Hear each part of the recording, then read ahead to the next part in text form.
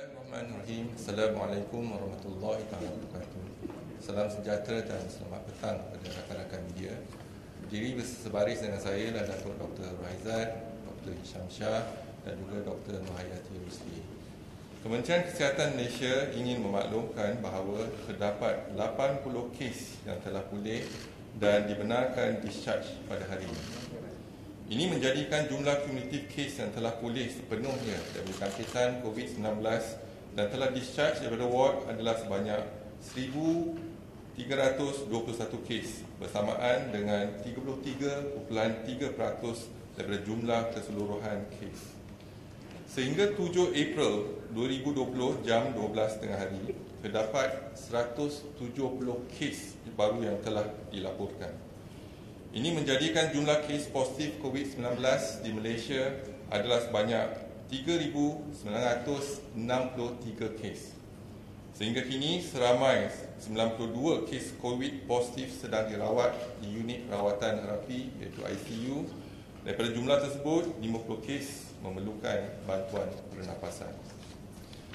Daripada maklumat terkini yang dilaporkan ke CPRC Kebangsaan, duka cita dimaklumkan bahawa terdapat pertambahan 1 kematian berkaitan dengan COVID-19. Justru jumlah kumulatif kes kematian COVID-19 di Malaysia adalah sebanyak 63 kes bersamaan dengan 1.6% daripada jumlah keseluruhan kes. Kes kematian ke-63 iaitu kes 3,794 merupakan lelaki warga negara Malaysia berumur 71 tahun yang berasal daripada Perlis.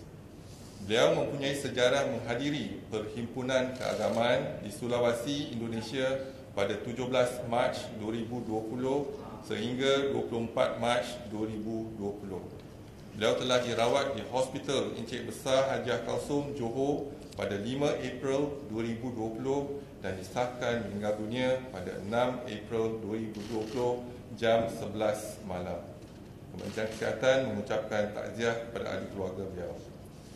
Sempena Hari Kesihatan Sedunia pada hari ini iaitu 7 April 2020, saya ingin mengambil kesempatan ini untuk mengucapkan jutaan terima kasih kepada semua petugas-petugas perubatan dan kesihatan, terutamanya mereka daripada barisan hadapan, sama ada sektor swasta ataupun sektor kerajaan, sukarelawan dan juga badan bukan kerajaan.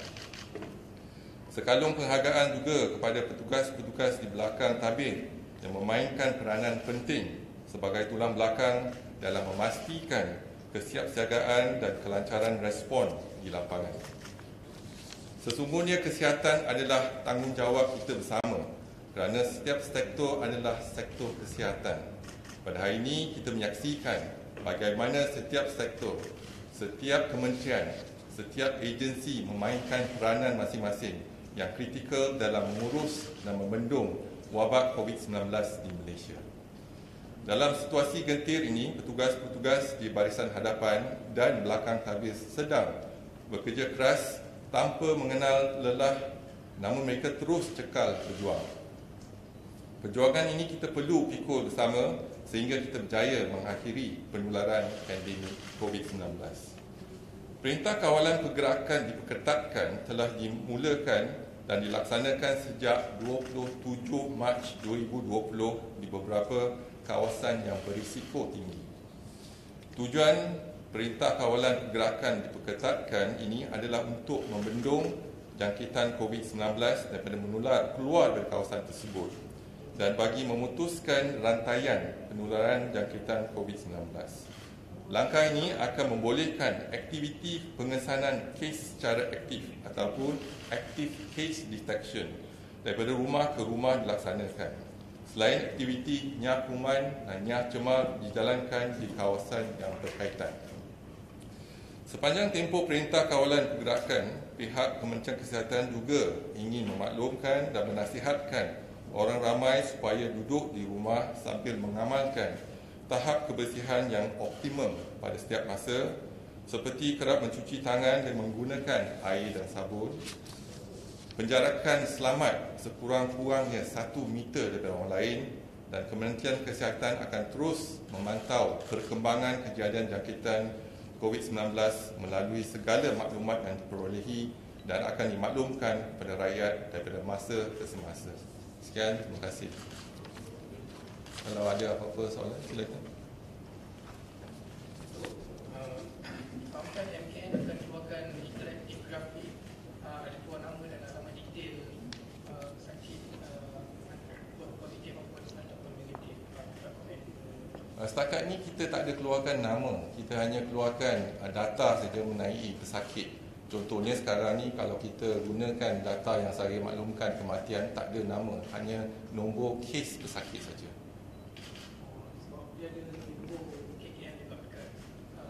Jadi kita tak benarkan untuk mengeluarkan nama ataupun personal data pesakit. Lepas tu satu lagi kalau boleh nak tanya pasal kepulangan semula rakyat Malaysia daripada Singapura. Fahamkan semalam Menteri Kanan Datuk semasa kata kena hold dulu kan, maksudnya ada perbincangan antara Singapura dan Malaysia. Tapi hari ini berlakunya sebaliknya, ada jalan kaki tambah nombor dan bagaimana daripada segi persediaan KKM untuk tambahan petugas kan.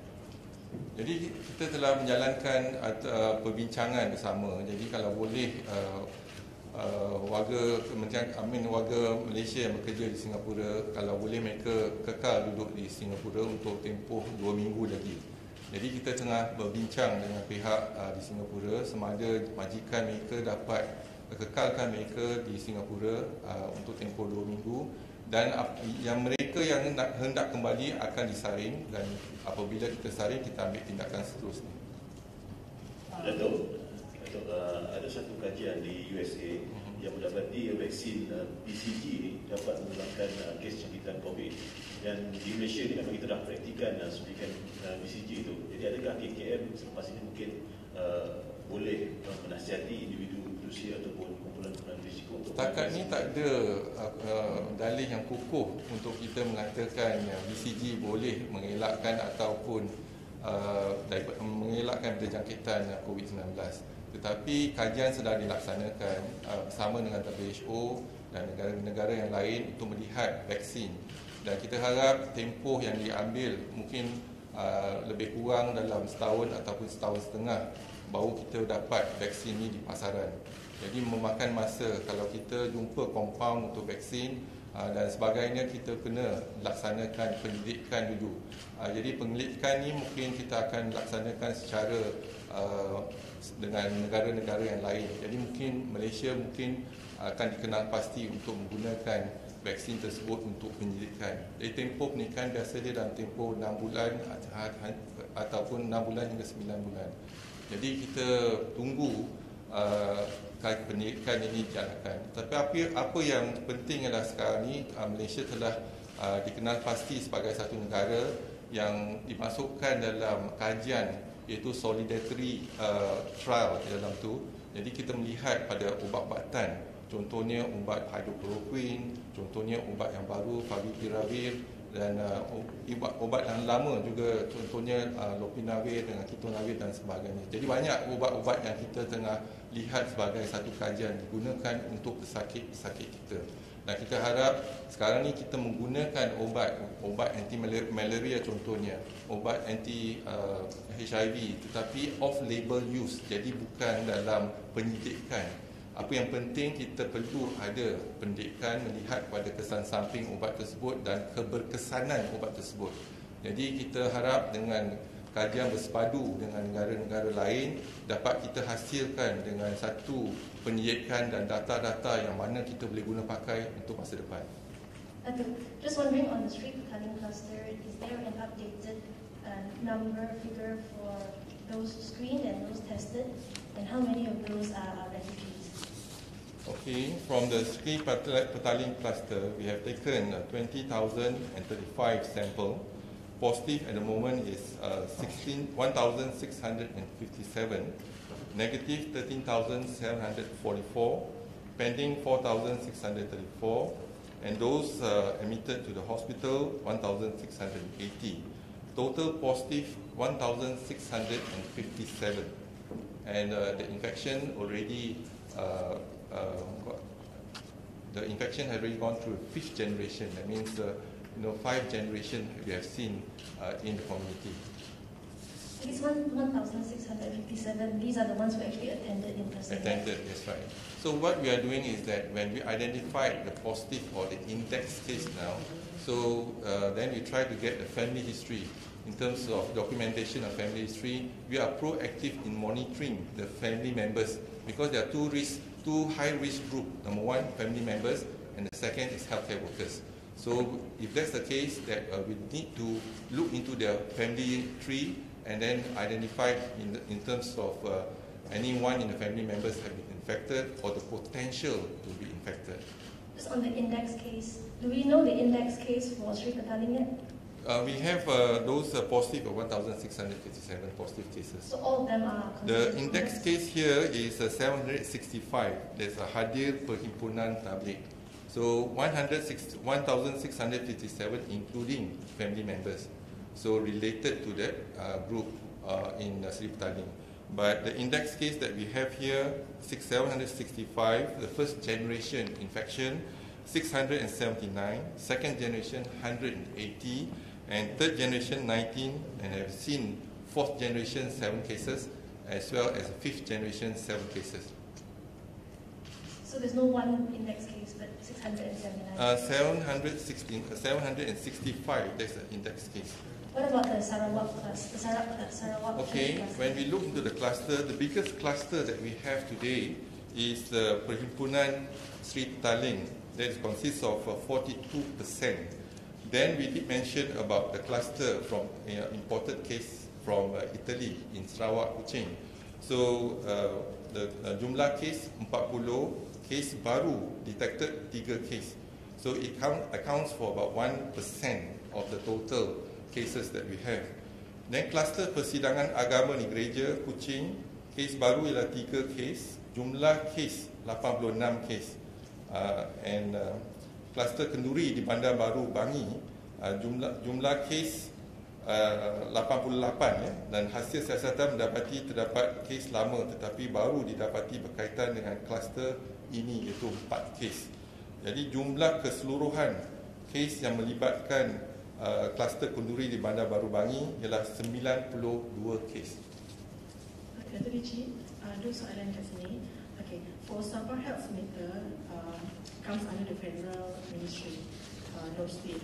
So why Sabah had to buy reagent worth for 500,000 ringgit from Singapore when Federal should be responsible for the supply? And question number 2, kenapa hotel 5 bintang dipilih sebagai pusat kuarantin dan siapa yang decide untuk duduk dalam 5-star hotel tu, sama ada tahanan kuarantin atau ada pihak lain yang berkaitan? Terima kasih Datuk Diji. Terima kasih. Soalan yang pertama ialah berkaitan dengan reagent. Jadi minggu lepas kita ada kekurangan reagent.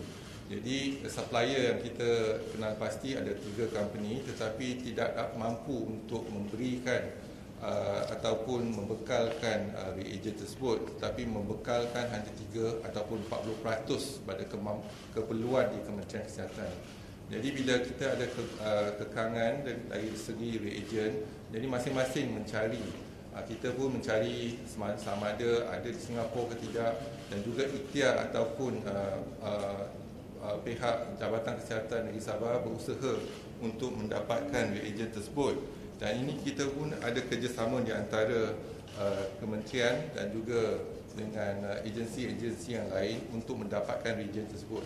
Setakat ni reagent kita boleh bertahan hanya seminggu, tetapi kita telah menghubungi pembekal dan diharapkan reagent tersebut akan dibekalkan dalam tempoh yang terdekat. Dan apa yang penting adalah dalam kita menggunakan reagent ni, RT-PCR, ialah kita memantapkan juga dan optimalkan penggunaan tersebut. Jadi kita menggunakan secara pukal. Jadi satu kes kita gunakan 5 sampel. Satu sampel kita akan gunakan 5 sampel ataupun pool untuk menjalankan ujian tersebut. Jadi boleh kita jimat sikit. Dan sekarang ni kita harap selain daripada gunakan kaedah-kaedah RT-PCR, kita juga melihat pada kaedah-kaedah yang lain. Contohnya reagent rapid test kit untuk antigen. Jadi kita baru dimaklumkan antigen tersebut, test kit tersebut baru sampai. Mungkin makan masa sehari dua lagi untuk kita melaksanakan verifikasi untuk ujian tersebut. Yang kedua ni memang hotel telah dikenal pasti, yang 3 star, 4 star dan sebagainya. Dan yang biasa je 5 star mungkin ada melibatkan mereka yang mampu untuk duduk di 5 star. Jadi telah dikenal pasti oleh NAKMA dan juga itu akan dibayari oleh mereka ataupun passenger tersebut, penumpang tersebut. Datuk Sri, just nak tanya, how many testing have we done today, and what is our daily average testing? So our testing, our capacity from 43 labs that we have is capacity. I'm talking about capacity is 11,500. Our testing a day about 9,000 plus. So we are actually looking into how we can optimize our testing so that we can increase further to 11,500. 9,000 per day or Per day. Yeah, average per day. We will give you the data in terms of our so daily data. For example, today we have done about 9,214. Yesterday 9,253. Day before 10,463. So it will be a continuous, but our maximum capacity is 11,500. So now we have 43 labs. So we hope the labs can actually increase the capacity to do the testing. But more important is our target to reach about 16,500.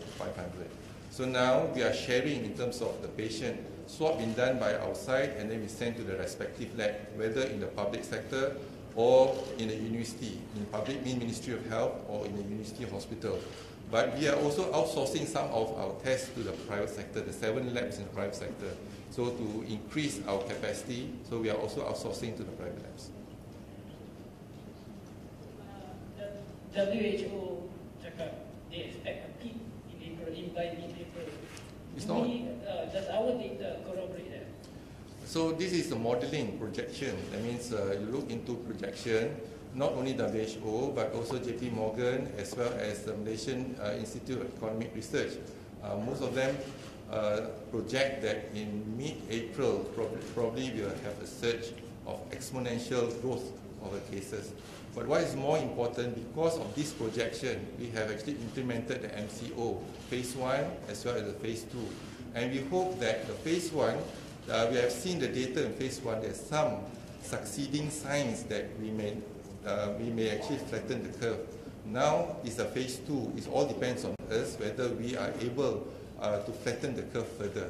So I hope that within the next 5 days, if we can come together as one in terms of stay at home and make sure that we will do our part, and we are now identifying the hotspot area. And we are identifying the hotspot area together with other agencies. We are implementing the enhanced MCO in that area. For example, we have started with Simpang Renggam, and then we went to Ulu Langat, and then we went to the Menara Kondo One City, and now we have also extended to Selangor Mansion as well as Malayan Mansion. So these two mansions are near the mosque or Masjid India, for example. So we are trying our best to see trying our best to break the chain of infection. Datuk nak tanya, sekiranya ada rakyat Malaysia positif COVID-19 yang meninggal di luar negara, contohnya di Singapura ataupun di negara jiran, bolehkah jenazah atau mayat kenaan dibawa balik ke Malaysia? Dan kedua, soalan mengenai kes sporadik. Kita dengar ada kes yang melibatkan di mana individu yang tak ada gejala, tak ada pernah pergi keluar negara, tak ada kontak rapat tapi dijangkiti COVID-19. So setakat ni berapa peratus daripada jumlah kes ni, yang daripada 3,963 ni, berapa peratus adalah kes sporadik, dan apa yang langkah KKM mengambil berhubung perkara ni? Okay. Sekarang ni kalau kematian di luar negara, kita tak ada lagi setakat ni yang kematian di luar negara dibawa balik. Tapi kalau nak dibawa balik, kita akan ada kita kena mengikuti peraturan-peraturan di Kementerian Kesihatan bagaimana kita nak bawa balik dan sebagainya. Tapi setakat ni tak ada lagi. Jadi yang kedua, kes sporadik, memang kita ada kes sporadik. Kalau kita lihat dalam kita punya setiap hari kita akan buat ujian untuk COVID-19, case sporadik. Dan case sporadik kita, kalau untuk ID dan SARI, kita telah laksanakan 8,025 ujian untuk mengesan sama ada kes tersebut ada di lampangan. Tapi yang negatif, yang positif adalah setakat ini ialah 69 kes yang positif dan negatif ialah 7,956. Jadi kita ada kes sporadik tetapi tak banyak, 69 yang kes sporadik. Yang mana kita tak tahu kes sporadik ni asal jangkitan tu dari mana. Ada yang kes sporadik tetapi bila kita lihat sejarah, ada sejarah dia berkaitan dengan sama ada di perhimpunan Sri Petaling ataupun berkaitan dengan perhimpunan gereja di Kuching dan sebagainya. Jadi itu bukan kes sporadik sebab kita dapat kesan mana asal usul penjangkitan ni. Tapi yang kita tak dapat kesan ialah 69 kes. Tak tahu macam mana dia dapat jangkitan tersebut. Yesterday you shared with us the 25,000 Malaysians who came back in the first 3 days after April 3rd. So basically, and we have already prepared 1,000 quarantine centers. Could you let us know what is the capacity of the 1,000 quarantine centers? What's the expectation? We have identified in terms of the quarantine center more than 1,114, able to cater for almost about 150,000 people. At the moment, until today, that we have actually screened 34,461, and those positive, not positive, with symptoms. Those with symptoms are 32. So we isolated them and then put them into isolation in our hospital. And the rest, we have about 2,829 in place in our quarantine center. So, second question is, there's just rumors. Will you comment? Have there been any direct infections from patient to medical personnel so far? Yes, we did mention before. So our infection among healthcare workers is 159, but then. So we investigate whether they got infection from the hospital or from the community. So as I mentioned earlier, the majlis perkahwinan, some of healthcare workers who attended majlis perkahwinan. So they came back and they infected others. So in total, when we look into the healthcare workers that is got the infection from hospitals, 30 of them. And 30 of them, some of them have worked in the ICU, for example, taking care of SARI patients that is sporadic cases because it was not diagnosed as COVID. So because it's not diagnosed as COVID and you got sporadic cases as COVID, they get infection because they are not wearing the PPE, for example. And those in the clinic is the same because you got cough and cold. You come in a cough and cold, and then you can actually transmit the infection to our healthcare workers. So all in all, 12 of them from SARI and the rest is from the clinic and even from those of our doctors going to the field. But what's more important today, we are informing all our healthcare workers that the cases of ID and SARI, you must treat them as a COVID infection until proven otherwise. Because as we have seen here, 69 cases, we do not know even they are, the SARI, they are positive for COVID. So that's the reason why now we have sent a message to all the healthcare workers in public sector and private sector, protect themselves. When you deal with patients with severe acute respiratory infection in ICU or those who are coming to the clinic for screening, make sure that you are protected before you examine them. Datuk, just coming back to testing capabilities, what is our testing capability per 1 million? So you look into the capacity that we are trying to achieve is at the moment is 11,500. We're trying to increase to 16,500. But the solution now, the most important is if we get a faster turnaround time. So now because you use RT-PCR at least about 6 hours, that is normal time. But you have volume, then probably it takes more than 24 hours. The private sector is offering within 24 hours, but sometimes it takes more than 48 hours. So we understand, and then the transport to the lab. So now the key thing is that when we go to war, for example, you must have the bullet ready. And we must look into how we can shorten the turnaround time. And for example, point of care testing. So if we can actually identify high accuracy and reliable tests, for example, if there's a rapid test kit rapid antigen test kit that we are testing now with high accuracy and reliability, then perhaps we can use the antibody and can use the antigen rapid test kit at point of care. All you need is a biosafety cabinet, whether it's a clinic or whether in a hospital. So then the transport time will be less, turnaround time will be faster, and it can be done within 1 hour or 2 hours. So if we can actually come up with the report within 1 hour and 2 hours, then you don't see the pending cases anymore, because straight away if you do a test, 1 hour later you get the result. So it's much easier. Now the results you have to wait for 24 hours, then carry forward the next day's report pending. So that's the reason why. But more importantly, as I said, we need to increase. We have limited resources in terms of testing. We cannot test 30 million population.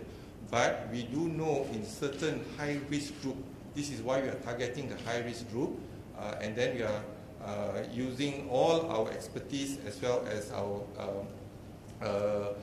expertise together with our technical and doctors and all that to make sure that we can actually localize them using technology, using track and trace the high-risk group, and then we test them.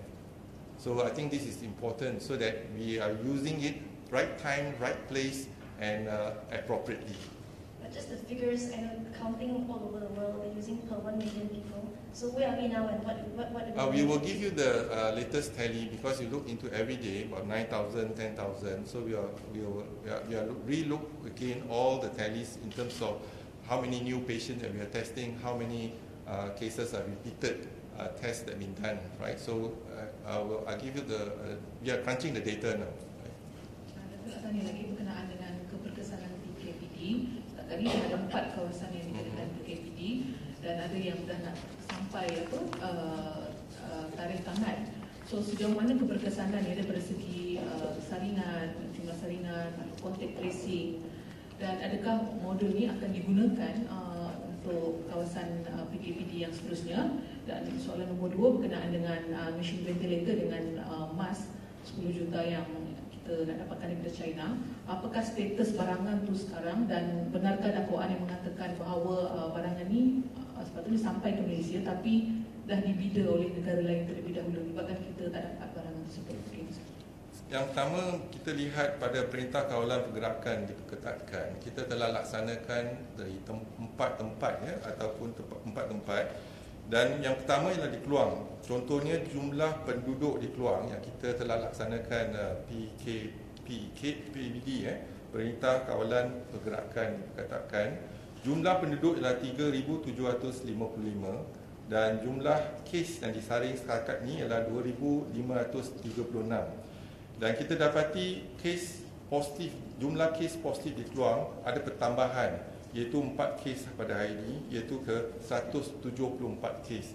Dan Bandar Baru Ibrahim Majid 137 kes, iaitu pertambahan 4 kes, dan lain-lain lokaliti ada tambahan 1 kes. Dan pecahan ikut mukim, Ulu Benut 151, Ruang 18, Macap 4, Nyo 1. Dan Ulu Langat, jumlah penduduk ialah 1,797 orang. Jumlah kes disaring 1,728 orang. Dan jumlah kes positif Ulu Langat ialah 350 kes.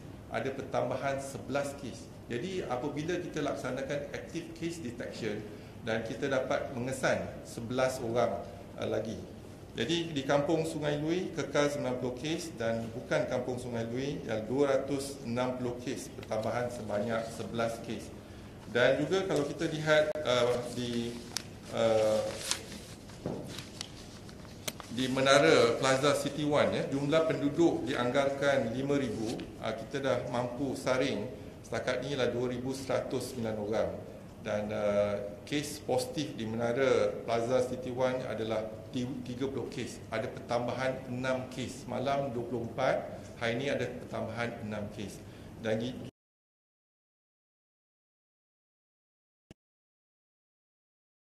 PKPP ataupun Enhanced MCO, iaitu di Selangor Mansion dan Malaysian Mansion, dan kita dapati ada 15 kes yang positif di situ. Jadi kita harap kita dapat saring 2 mansion ini untuk dapat ataupun trace and track, dan kita uji, kita isolate dan kita rawat pesakit tersebut. Doktor, about the solidarity trial, we have been using chloroquine since first wave, right? At that point of time, WHO cautioned us from using that day because of, we should go to the side of caution and everything. So, did we just take a risk back then? What we said is all the medicine yang kita guna, all ubat-ubat yang kita guna ialah ubat off-label. Berarti memang tak recommended to use, but in times of crisis, kita lihat dalih ataupun evidence. Jadi evidence ada mengatakan contohnya antiretroviral boleh diguna sebab kita pernah guna masa SARS dan sebagainya. Jadi kita menggunakan ubat tersebut, dan hydrochloroquine adalah satu ubat untuk merawat malaria. Tetapi kita tahu dia ada berkesan untuk anti radang, iaitu anti-inflammation. Jadi menggunakan ubat tersebut, kita dapati kes-kes yang kita dah menggunakan ubat tu sejak hari pertama lagi. Jadi kita dapati kes-kes yang menggunakan ubat tersebut, jadi dia punya side effect, kita pantau side effect dia, tetapi kesan dia daripada kategori 1 dan 2, tetapi dia tak menular ataupun tak jadi lebih teruk lagi ke kategori 4 dan 5. Jadi dengan itu kita rasa obat tu dapat membantu dari segi inflamasi, jadi kurang pesakit kita masuk ke ICU dan juga memerlukan bantuan pernafasan. Kalau kita lihat sekarang ni, mereka yang masuk ke ICU lebih kurang 5% saja. Kalau kita banding dengan negara lain 10%. Ada salah satu kemungkinan ialah kerana kita menggunakan ubat ni pada peringkat yang awal.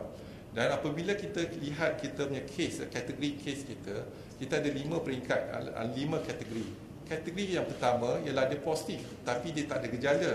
Kategori yang kedua, dia positif ada gejala ringan.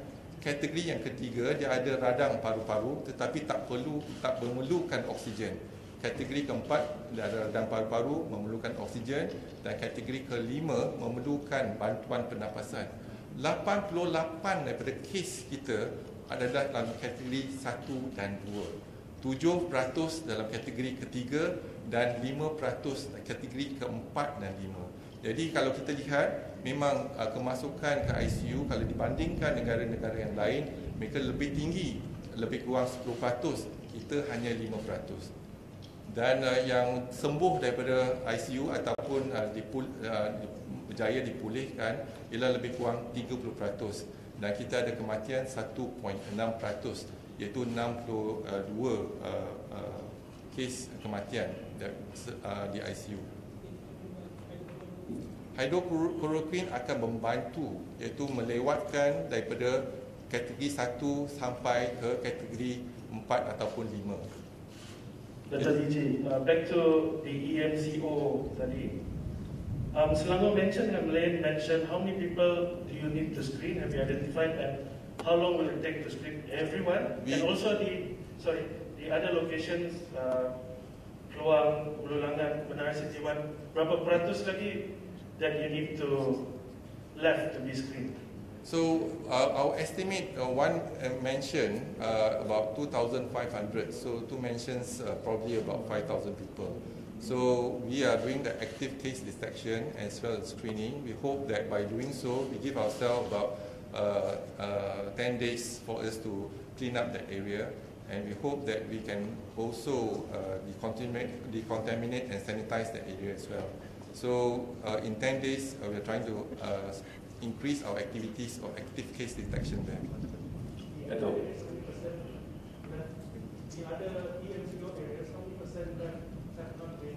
So almost 2/3 we have screened, but I think another 1/3 to go for other places. Datuk, tentang kluster baru di Sarawak, 1580 on Jana Ping-Ping, yang dikatakan menyebabkan 5 orang mati. Status kes beliau sekarang yang hingga perintah PKP tidak kuarantin 14 hari, menyebabkan jangkitan ini mati. Jangkitan tu mungkin salah satu faktor yang kita lihat ialah kerana masa tu dimasukkan satu ke pusat perubatan swasta dan mereka menggunakan antibody test. dan juga mereka melaksanakan RT-PCR test. Jadi bila antibody test negatif, jadi dia discharge the patient lah. Tapi keputusan RT-PCR tak balik lagi, tapi mereka discharge patient berdasarkan pada antibody test kit. So bila discharge patient tu walaupun antibody tak ada, tapi kuman dia ada. Jadi kita tak kesan kuman tu. Jadi bila kita tak dapat kesan kuman tu, kita kata antibody tak ada, berarti dia tak dijangkiti. Dan patient pesakit tu dia telah dibenarkan pulang. Bila pulang ke rumah, dia menjangkiti keluarga. Jadi itulah mungkin salah satu faktor kenapa kita tak menggalakkan menggunakan rapid test kit yang berdasarkan pada antibody, iaitu serology test. Nak tanya perincian berkenaan kluster gereja tu. Jadi sebenarnya bila persidangan tu dibuat dan bila positif yang pertama, yang kes pertama berlaku, dan adakah sudah diinspeksi atau sanitasi gereja berkenaan serta pengesanan kontak dalam ramai ini?